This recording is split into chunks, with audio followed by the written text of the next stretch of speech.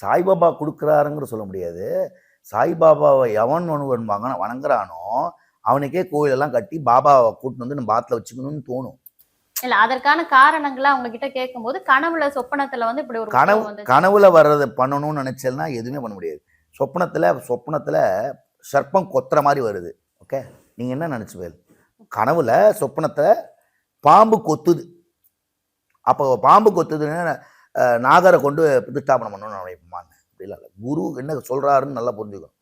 பூர்வ ஜென்மத்துல நீ பாபம் பண்ணிட்ட, குரு துரோகியா இருந்திருக்க, தாயார் தகப்பனார் அடிச்சிருக்க, உதைச்சிருக்க, அதுக்கு பலாபலன் இதுதான்டா நீ பண்றான்னு சொல்றான். நீங்க நல்லா யோசிச்சு பார்க்கணும். கோடி ரூபாய் இருக்கும். அவன் நினைச்சா 10 பாபா இல்லை, 25 பாபா இல்லை, 1000 பாபா இல்லை, கோடி பாபா கோயில் கட்டலாம். அவனால கட்ட முடியாது. சாமானியனா இருப்பான். அவன் சொப்பனத்துல போயிட்டு நீ கட்டுறாம்பாரு பாபா, அவனுக்கு எப்படி பைசா வரும்? ஒரு வேளை சாப்பாட்டுக்கு வழி இல்லை. நம்ம குடும்பத்தை பார்க்கணும்னு நினைக்கிறவங்கிட்ட போயிட்டு தான் சொப்பனத்துல போயிட்டு நீ இதை பண்றாம்ப.